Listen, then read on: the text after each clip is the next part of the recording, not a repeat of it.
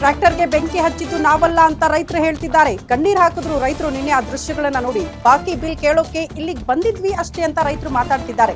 ನಮ್ಮನ್ನ ಕಾರ್ಖಾನೆ ಒಳಗಡೆ ಬಿಡ್ಲೇ ಇಲ್ಲ, ಹಂಗಾಗಿ ಆಕ್ರೋಶ ಭುಗಿಲೇಳ್ತು ರೈತರಿಂದ ಅಂತ. ರೈತರು ಬಂದಾಗ ಪೊಲೀಸರು ಅವ್ರನ್ನ ತಡೆಯೋ ಪ್ರಯತ್ನ ಮಾಡಿದ್ರು, ತಡೆದು ಹಿಡಿದ್ರು.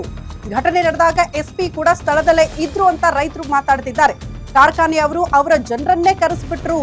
ರೈತರನ್ನ ವಾಪಸ್ ಕಳಿಸೋದಕ್ಕೆ ಪ್ರತಿಭಟನೆಯನ್ನ ತಡೆಯೋ ಪ್ರಯತ್ನಗಳು ಪೊಲೀಸರು ಜೊತೆಗೆ ಕಾರ್ಖಾನೆಯ ಮಾಲೀಕರಿಂದ ಆಗಿದೆ ಅನ್ನುವಂಥ ಆರೋಪವನ್ನ ರೈತರು ಮಾಡ್ತಿದ್ದಾರೆ.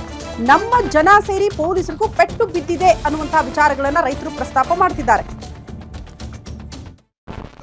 ಆಚೆ ಕಡೆ ಮಕ್ಕಳು ಎಲ್ಲ ಒಂದು 200 ಮಂದಿನ ಅವ್ರು ಕರೆಸಿ ನಿಲ್ಲಿಸಿದ್ರು. SP ಅವ್ರು ಮುಂದೆ ಇರಾಕಲೆ ಅವ್ರ ಕಲ್ಲು ತಗೊಂಡು ಎಲ್ಲ ನಮ್ಮ ಮಂದಿಗೆ ಒಗದಕ್ಯಾರ ಪೊಲೀಸ್ ಅವ್ರಿಗೂ ಪೇಟ್ ಹತ್ತೈತಿ. ಅವ್ರು ಕಲ್ಲು ಹೋಗ್ಯಾರ ನಮ್ಮ ಮಂದಿ ಕಡೆ ಓಡಿ ಬತ್ತ. ನಾವಲ್ಲಿ ಬರಾಕ್ತಿದ್ವು, ಇದ್ರಿಗೆ ಓಡಿ ಬತ್ ನಮ್ಮ ಮಂದಿ ಟ್ರ್ಯಾಕ್ಟರ್ ಸಹಿತ ಕಲ್ಲು ಹೋಗದೆ ಎಲ್ಲ ತಿರ್ವ್ಯಾರ ಆ ಕಡೆ ನಮ್ಮ ಮಂದಿ ಕೆನಾಡ ಅಂತೇಳಿ ಹೋಗ್ಬೇಕಂತೇಳಿ ಅನ್ಕೊಡ್ದ. SP ಅವ್ರಿಗೆ ಪೊಲೀಸರಿಗೆ ಎಲ್ಲರಿಗೂ ಕಲ್ಲು ಹೋಗದ್ ತಿರ್ವ್ಯಾರ. ಈಗ ಅಲ್ಲಿ ರೈತರು ಯಾರು ಒಳಗಡೆ ಹೋಗಿಲ್ಲ ಸರ್? ನಿಮ್ಮ ರೈತರೆಲ್ಲ ಇಲ್ಲೇ ಇದ್ರು. ಪೊಲೀಸರು ನಮ್ಮ ರೈತರು ಕೂಡೇ ಅದಾರ ಅಲ್ಲಿ. ಪೊಲೀಸ್ ವ್ಯಾನಿಗೂ ಕಲ್ಲು ಹೋಗದಾರು, ಮುಂದೆ ಪೊಲೀಸರಿಗೂ ಕಲ್ಲು ಹೋಗದಾರು, ನಮ್ಮ ಮಂದಿಗೂ ಕಲ್ಲು ಹೋಗದಾರು. ಅಂದ್ರೆ ಇದನ್ನ ಕಾರ್ಖಾನೆಯವರೇ ಮಾಡಿ ರೈತರ ಮೇಲೆ ಹಾಕುವಂಥದ್ದು. ಅಲ್ಲಿ ಮತ್ತೆ ಕಾರ್ಖಾನೆಯವರ ಮಂದಿನರ್ಲಿ ಅದು ಮತ್ತೆ ಅಲ್ಲಿ 200 ಮಂದಿಕ್ಕಿಂತ ಹೆಚ್ಚಲ್ಲಿ ನಮ್ಮ ಜನರ ಇದ್ರಿಗೆ ಬಂದಾರಂದ್ರ ಮತ್ತೆ ಅವ್ರು ಕಾರ್ಖಾನೆಯವ್ರ ಮಂದಿನ ಅವರು.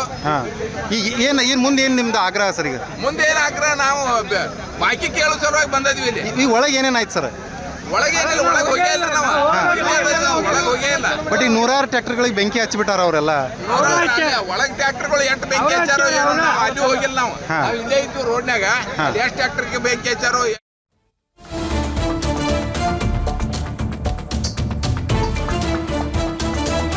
ಕಾಲಿಗೂ ಕೂಡ ಗಂಭೀರ ಗಾಯ ಆಗಿದೆ. ನಿನ್ನೆ ಕಲ್ಲು ತೂರಾಟ ಆಯ್ತಲ್ಲ, ಆ ಕಾರಣಕ್ಕೆ ಬಾಗಲಕೋಟೆ ಖಾಸಗಿ ಆಸ್ಪತ್ರೆಗೆ ASP ಅವರನ್ನ ರವಾನೆ ಮಾಡಲಾಯಿತು, ದಾಖಲಿಸಲಾಗಿದೆ.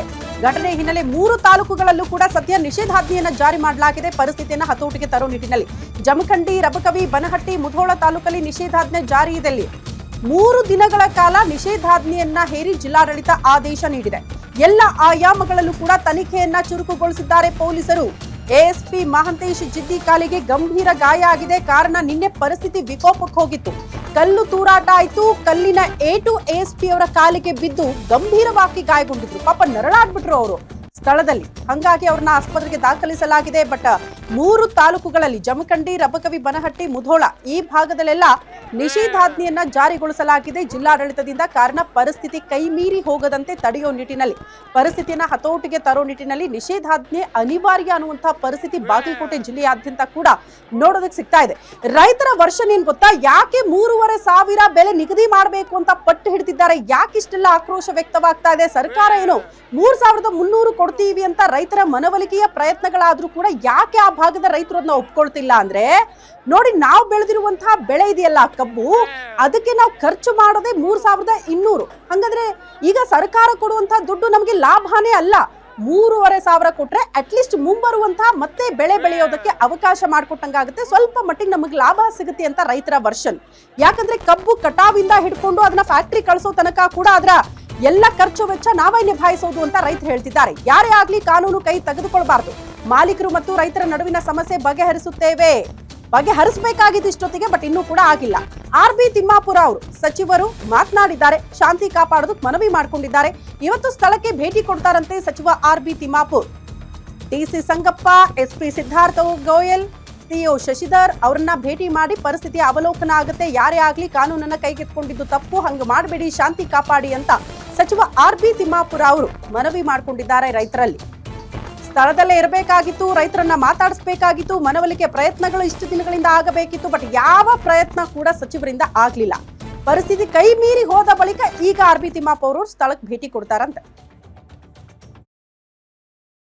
ನಾವು ತಹಸೀಲ್ದಾರ್ ಆಫೀಸಲ್ಲಿ ನಾವು ನಮ್ಮ ಜಿಲ್ಲಾ DC ಅವರು ಎಲ್ಲ ಜಿಲ್ಲಾ ಒಂದು ಆಡಳಿತ ಮಂಡಳಿ ನಾವು ಅಲ್ಲಿ ಕಾಯ್ಕೊಂಡು ಕೂತ್ಕೊಂಡಿದ್ದೀವಿ. ಹಾಗೂ ಕಾರ್ಖಾನೆ ಮಾಲೀಕರು ಬಂದಿದ್ರು.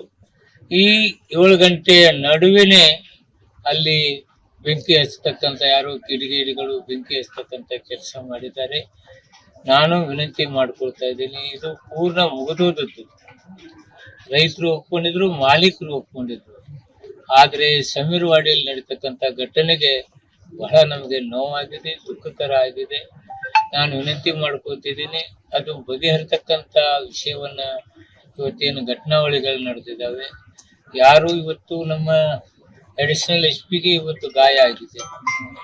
ಅದ್ರ ಜೊತೆಗೆ ಕೆಲವರು ಆ ಕಬ್ಬಿಗೆ ಬೆಂಕಿ ಹಚ್ಚತಕ್ಕಂಥ, ಬಹುಶಃ ರೈತ ಇಂಥದನ್ನ ಯಾರು ಮಾಡೋದಿಲ್ಲ. ತಾನೇ ಬೆಳೆದ ಬೆಳೆಗೆ ಆ ಬೆಂಕಿ ಹಚ್ಚತಕ್ಕಂಥ ಕೆಲಸ ನಿಜವಾಗಿ ರೈತರು ಯಾರು ಇಂಥದನ್ನು ಮಾಡೋದಿಲ್ಲ.